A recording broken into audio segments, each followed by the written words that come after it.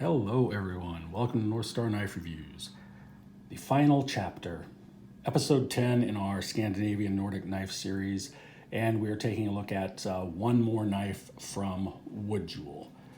As I've said in the previous episodes, Wood Jewel is located in Kalari, Finland. It's up in Lapland, north of the Arctic Circle, very close to the Swedish border. And all of these Wood Jewel knives are made by a very small company. I believe they might have about 20 employees, but they're all designed by a gentleman named Kauko Rataniemi. And the knives, I think, provide an excellent value for the money. Now, this one is a little more modern looking than some of the others that I've shown you from Wood Jewel. But still, I think, a very nice looking knife. Let's take a look at the sheath on this first, and then we'll take a look at the knife itself. As you can see, this is a little more modern style. It's got a dangler rather than the twisted leather to hold it on your belt.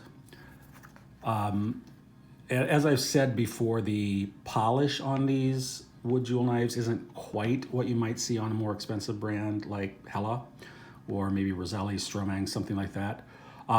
But the price difference is substantial. This one cost me somewhere between $35 and $40. I can't remember exactly. But I think it's just a fantastic knife, and I have been using this one somewhat. Now, as I said, though, it's not quite as polished. There are a few fit and finish flaws. On this knife, the sheath does have a couple of flaws. It doesn't affect the utility, but just want to point them out to you. Things that probably would not be here if this was a $150 knife, okay? You can see the little cutouts here.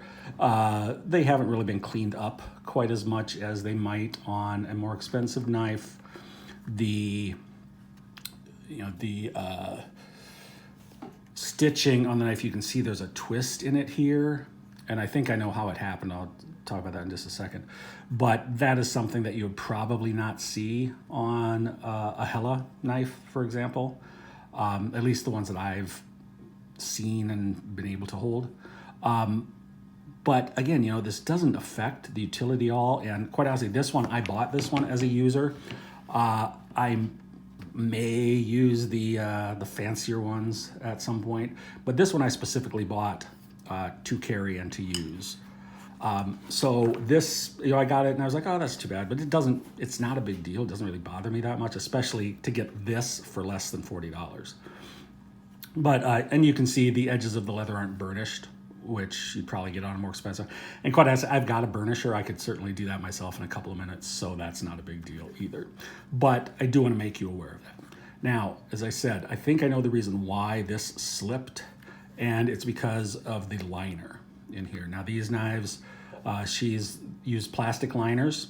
It's very common. Typically, you don't have a welt, you have a plastic liner. And there are two kinds of liners. There's a full liner, and a closed liner, and there's an open liner. The closed liner goes all the way. I'm going to use this instead of the blade because I want to cut myself. The closed liner is going to go all the way around the blade. Okay. The open liner is going to be, assuming my finger's cut off here, the open liner is going to be around three sides of it and then an open back. So here there's plastic here, here, and here, but not here. And I think what happened is when they wet formed this, because that's usually how it's done around the liner and the knife, and then they wet form it. For sewing, I'm guessing that because of the open liner, that when it was drying, it just dried and slipped a little bit. And again, it's not a big deal. It doesn't affect utility. But you should be aware that if you do buy Wood Jewel, you might get something that's not quite as polished, okay? Now, the knife itself, the blade on this is going to be about 3 3/4 and the exact same cutting edge. As you can see, there's no ricasso. This is a bit more traditional than the last one we looked at, the last episode, which it did have a ricasso. The blades are made, for all the Wood Jewels, are made by Laurin Metalli. out of Kahava, Finland. They make blades that are used by a lot of the small manufacturers, and the blades are very good. These carbon ones, 80 CRB2, I believe. And you can see this, I have been using some, and it is starting to patina a bit, which I'm okay with. I don't know if Wood Jewel makes any stainless or not. Laurin Metalli makes stainless blades, but I can't tell you off the top of my head whether Wood Jewel has any stainless. You can check out Knives of the North, which is where I got this, if you're interested. They may or may not. But the carbon steel on this, very tough, holds up very well. It's easy to sharpen, easy to maintain, but it will patina. So if you don't like that, then, you know, maybe avoid these, a lot of these smaller makers who use the Laurin Metalli blades, because most of them seem to use the carbon, which I like, but you know, you may not. Okay. The handle itself, and as I say, is a little more modern looking, to me at least. It's not the traditional smooth sort of barrel shaped or oval shaped handle, but it's got these grooves cut. It's basically one groove that goes all the way down the blade. And as I said, I bought this for a user, and I decided to get this one because I thought this would provide a little extra grip, and it does. You know, this is actually a pretty grippy knife. You know, and you don't have a typical finger guard or anything like that. Here you do have a little bit of one because your finger can fit in there, but this does provide more grip. And it's still pretty comfortable. Not as comfortable as if it was smooth, but still pretty good.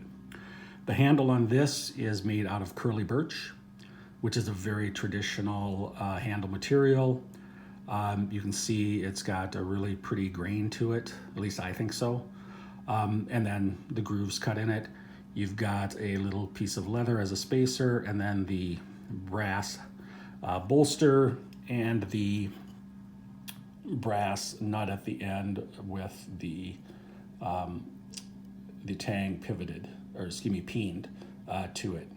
And all of these are going to be rat tail tangs, but they are going to be full length rat tail tangs. Now again, as with the other two Wood Jewels, you can see the little nut at the end here, and the peening is not ground smooth or polished. And that's just one of those little things that the Wood Jewel knives are not going to give you that a more expensive knife might. Again, makes absolutely no difference in the utility, doesn't bother me in the least.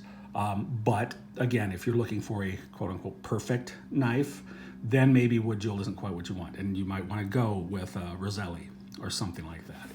But I like this knife a lot. I have been using it mainly actually in the kitchen, even though that's not really the strong suit for these. You know, it's a Scandi grind with a slight micro bevel, so it's really going to excel at woodcraft.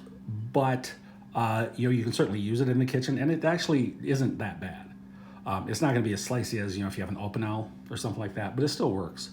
And very good, just all around knife. I think I'm really happy to have this. I'm excited about carrying it more, and really looking forward to using it outside this spring and summer when I'm doing some things. Anyway, there you go. We've come to the end, my friends. Although I may have a couple of other things I'll sort of throw in after this on some knives that are at least Nordic design. Everything I've shown you here is made in either Sweden or Finland. I don't have any Norwegian knives, which is why I haven't shown those.